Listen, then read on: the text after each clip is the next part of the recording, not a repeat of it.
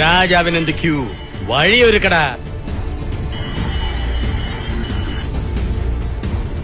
വാഹനങ്ങൾ തടഞ്ഞിട്ടുകൊണ്ടാണ് മുഖ്യമന്ത്രിക്ക് കടന്നുപോകാൻ വഴിയൊരുക്കുന്നത്. ഈ റോഡിൽ കൂടി പോലും നടക്കില്ല, സൈഡിൽ കൂടെ നടന്ന് മാറിക്കൊടുക്കണം എന്നുള്ളതാണ് പോലീസ് പറയുന്നത്. വാഹനങ്ങൾ ഒന്നും തന്നെ കടത്തിവിടുന്നില്ല. ഒരു മുന്നറിയിപ്പുകളും സാധാരണക്കാർക്ക് നൽകാത്ത രീതിയിൽ മുഖ്യമന്ത്രി എത്തുന്നതിന് 1.5 മണിക്കൂർ മുമ്പ് തന്നെ കോട്ടയം നഗരത്തിലെ പ്രധാനപ്പെട്ട റോഡുകളൊക്കെ തന്നെ അടച്ചു കഴിഞ്ഞു. എനിക്ക് ദക്ഷിണ പോകാനായിട്ട് 10 മണിക്ക് കയറണം. എനിക്ക് കൊച്ചിനെ SPCA ടെസ്റ്റ് കൊച്ചിനെ വിട്ടിട്ടാവാം. ഇവിടെ ബ്ലോക്ക് ചെയ്തേക്കണം. കോട്ടയത്തിന് പിന്നാലെ മുഖ്യമന്ത്രിക്കെതിരെ കൊച്ചിയിലും ജനകീയ പ്രതിഷേധം ഉയർന്നു. വാഹനവ്യൂഹം കടന്നുപോയ സ്ഥലങ്ങളിൽ പൊതുജനങ്ങളുടെ ഗതാഗതം തടസ്സപ്പെടുത്തിയതാണ്. മരുന്ന് വാങ്ങാൻ പോകുന്ന ആളുകളെ പോലും തടയുന്ന ഒരു സാഹചര്യം